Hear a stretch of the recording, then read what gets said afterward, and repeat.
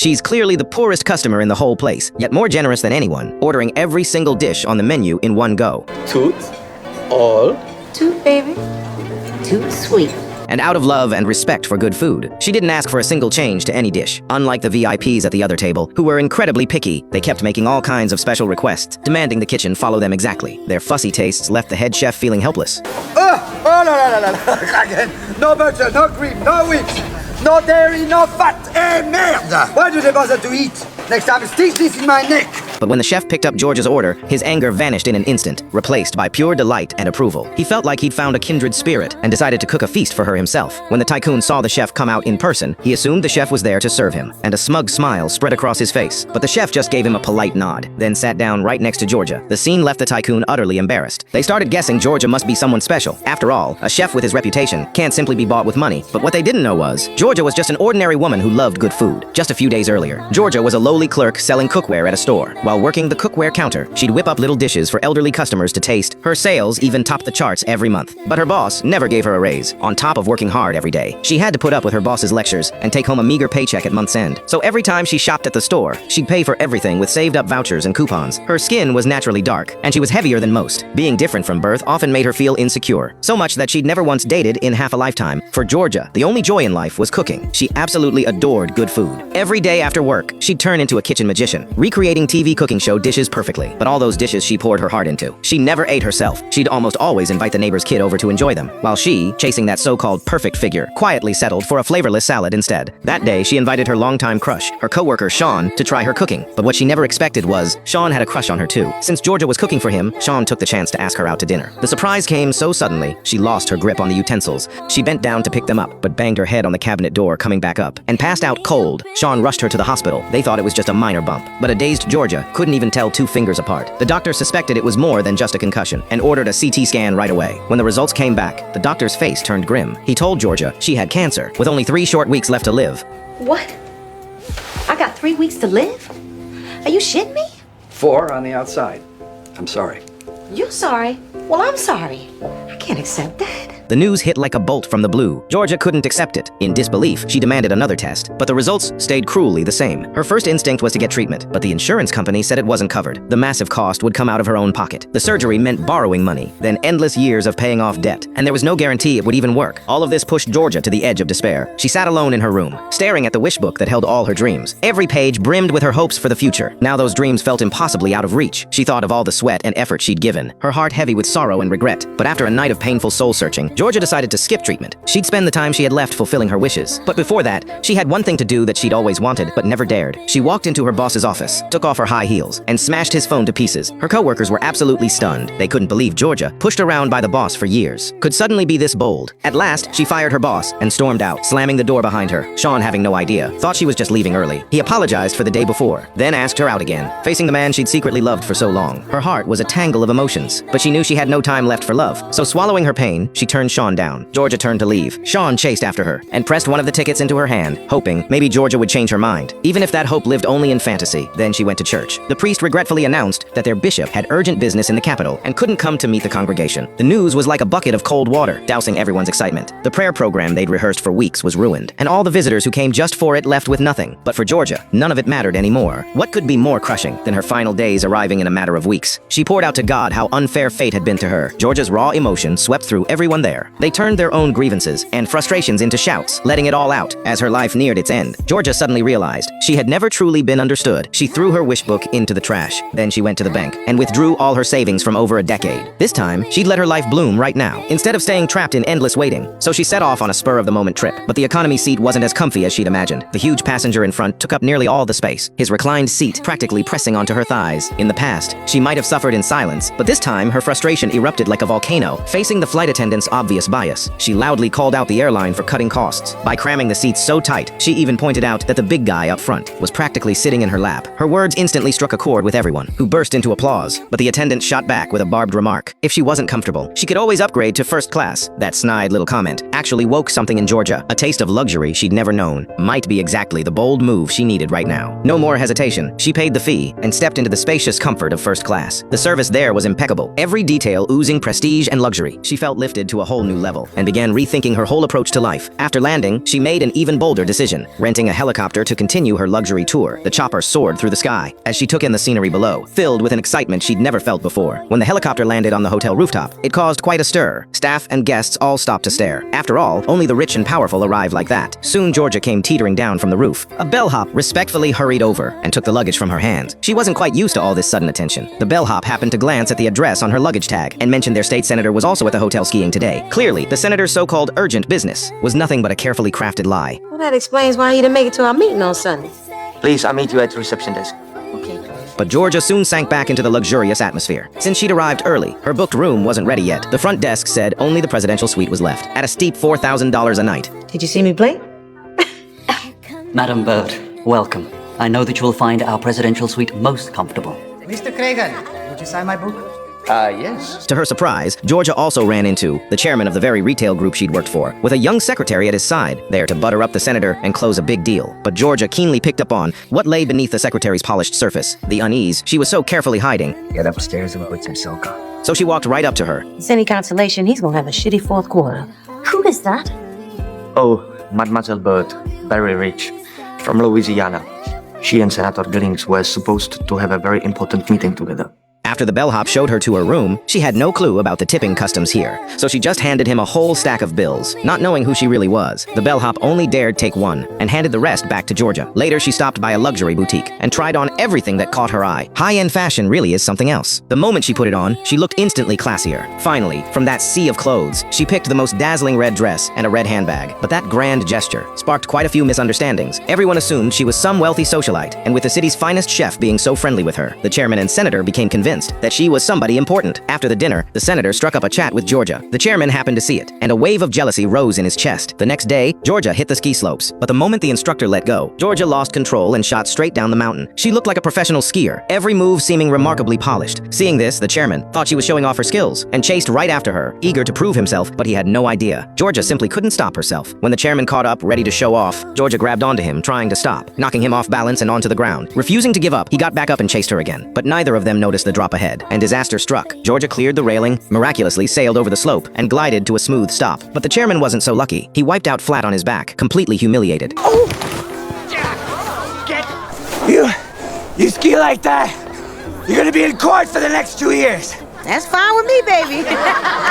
Worn out from all the fun, Georgia headed back for a top-tier spa massage. This heavenly life made her crave living more than ever. She asked God why he was doing this to her. Suddenly, angry shouting came from next door, instantly ruining her good mood. Turns out the masseuse had accidentally hurt the secretary's neck. As for why it was her neck of all places, only she knew the answer.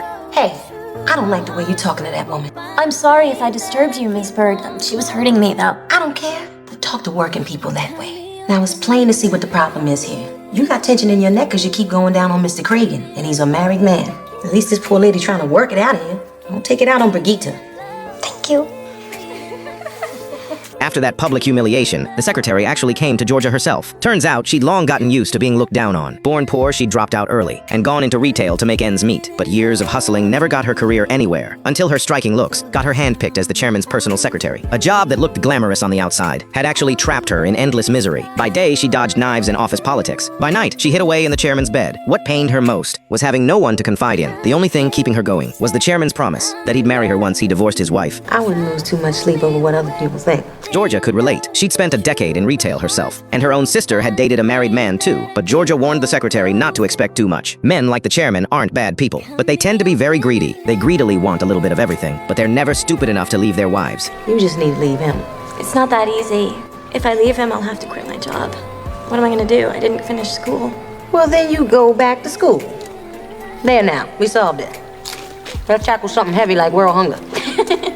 When the chairman asked if she'd figured out Georgia's motives, the secretary insisted Georgia was just here on vacation and told him to stop his baseless suspicions. Maybe the secretary hadn't noticed the shift inside her yet, but those unconscious words of defense had already given away where she truly stood. Unluckily, every time Georgia showed up, the chairman's acquisition deal would hit a snag, and the once obedient secretary was showing more and more resentment in her eyes. At dinner that evening, the senator warmly invited Georgia to join his table. However displeased the chairman was, he had no choice but to grudgingly go along. Just then, the manager hurried over, saying the chef had prepared a private custom menu just for her. everyone gathered around her table, while the chairman's table sat cold and deserted, his eyes full of resentment and frustration. In the end, he swallowed his pride and joined them. Out in the world, respect is something you earn yourself. Georgia's easy confidence and hearty laugh convinced everyone she was a hidden billionaire. The chef was especially grateful, saying thanks to her. He'd finally escaped the rich guests' ridiculous demands and could cook freely again. In this atmosphere of mutual appreciation, everyone's respect for Georgia only grew. When she mentioned her decade of hard work in retail, they spun it into a startup success story. Her offhand remark about collecting coupons was taken as quietly managing massive stock holdings. The absurd irony of it all played out amid the laughter. Miss Bird, as chairman of the Commerce Committee, I'm always interested in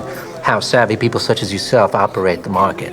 Did you think the rates were going up, or were you pessimistic about the future? Well, Congressman. Bob, please, Bob. Well, Bob, I find that the future is too depressing to think about. The chairman thought she was sabotaging his ties with the senator, so he tried extending an invitation of his own, hoping to pull the senator over to his side. But when Georgia mentioned she was going bungee jumping tomorrow, the senator turned the chairman down without a second thought, insisting on going to cheer Georgia on. The chairman felt his status and dignity under attack, so he challenged Georgia to a bungee showdown to prove his courage and grit. But when the instructor gave the signal, Georgia leapt without a moment's hesitation, for her life and death no longer mattered. It was only a question of when. But when the chairman's turn came, his legs turned to jelly, and he ended up scrambling back over the railing and fleeing. The embarrassing story spread through the kitchen in no time, becoming everyone's favorite running joke. Back at the hotel, the bitter chairman bribed the hotel manager to dig up Georgia's true identity. The sands of time slipped silently away, counting down what little happiness Georgia had left. If you read this letter, my disease has run its course.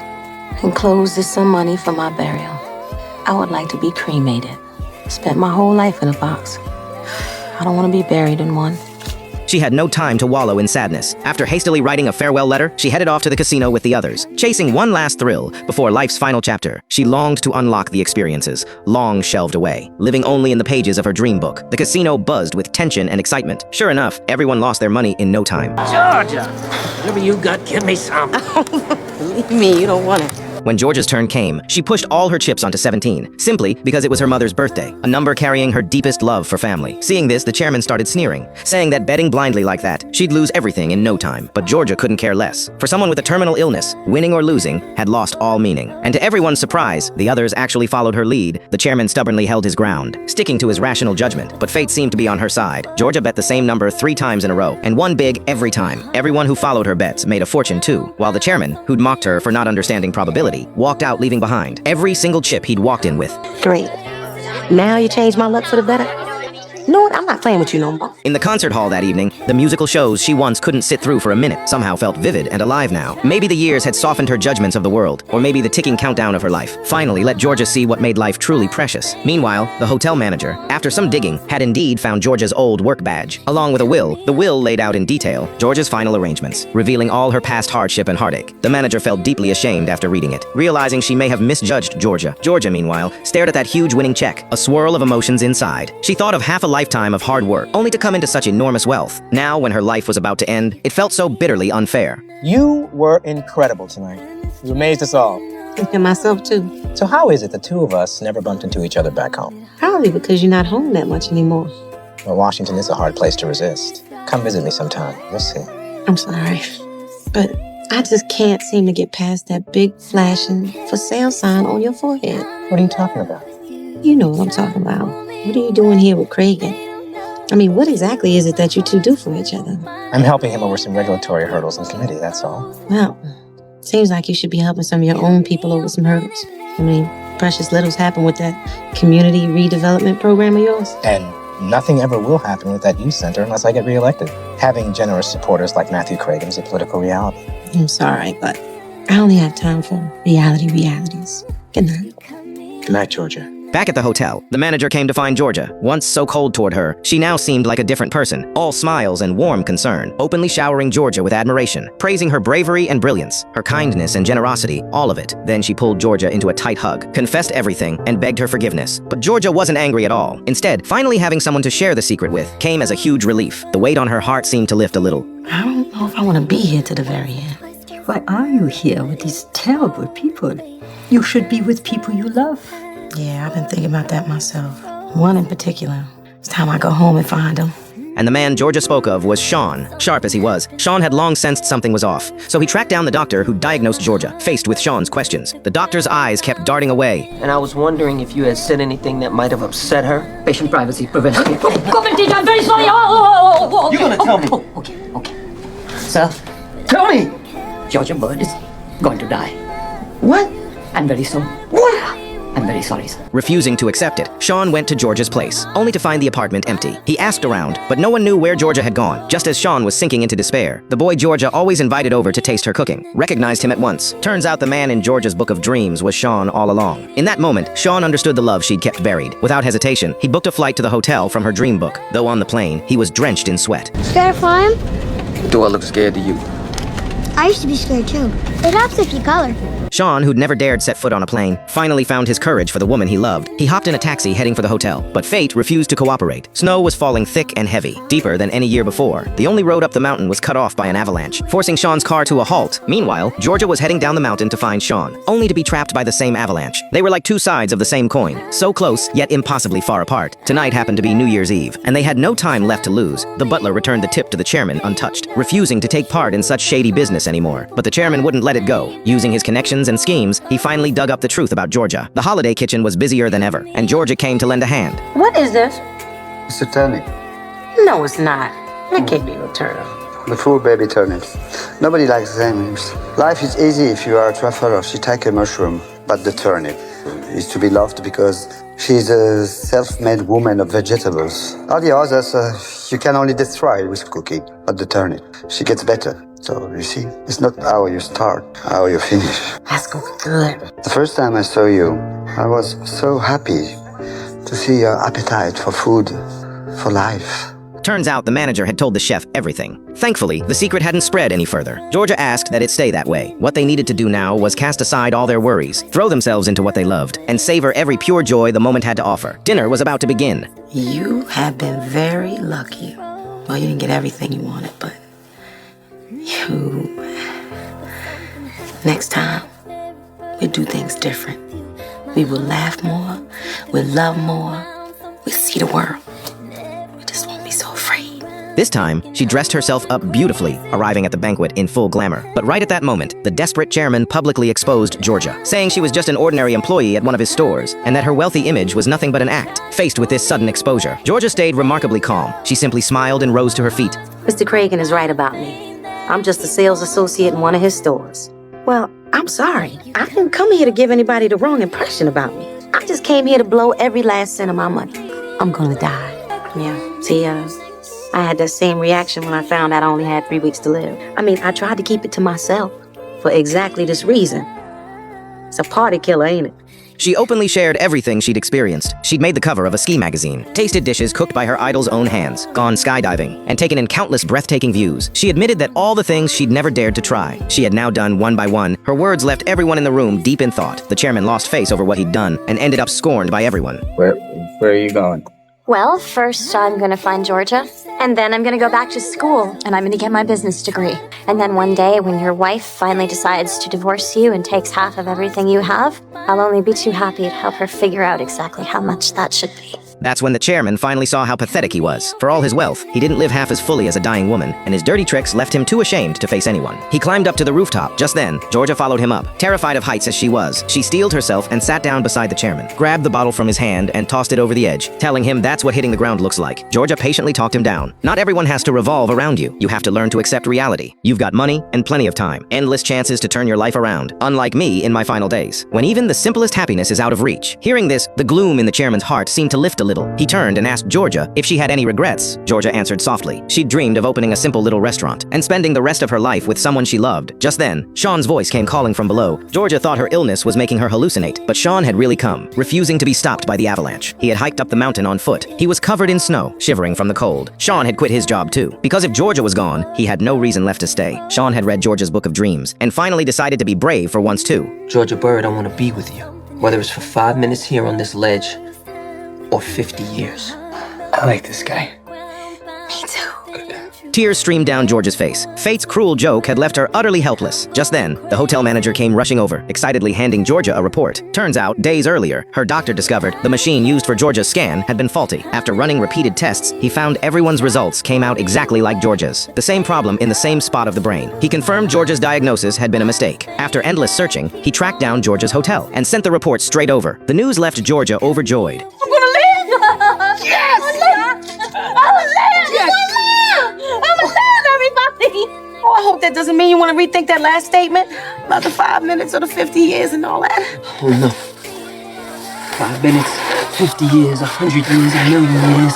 Afterward, Georgia and Sean opened a restaurant together. On opening day, the chef cooked in person. The senator and the mayor came to congratulate them. Even her idols showed up to celebrate. Thanks to one misunderstanding, Georgia found her own light in the depths of despair. All her old regrets and fears were finally made whole in that moment. The dream book Georgia hid in her drawer is just like the to-do lists sitting in all of our phones. Places to go, people to love, new things to try, forever pushed back by excuses. Like when I have money or when I have time, this woman who stood behind a cookware counter for a decade, once put up with her boss's abuse just to get by, never dared taste her own cooking to keep her figure, played it safe, and passed on her crush's invitation, squeezing her real desires into clippings in a notebook, until one misdiagnosis shrank her life down to 3 weeks. Only then did she dare pull out her savings, sip champagne in first class, ski down snowy mountains, shine in the kitchen, and speak truths she'd hidden for half a lifetime, living her most dazzling life. When it all turned out to be a false alarm, Georgia didn't go back to her old life. She opened her own little restaurant, turning her book of dreams into a book of reality. Life's miracles never live in some distant future. They live in the courage to start right now. We don't need to wait for a last holiday to embrace life. After all,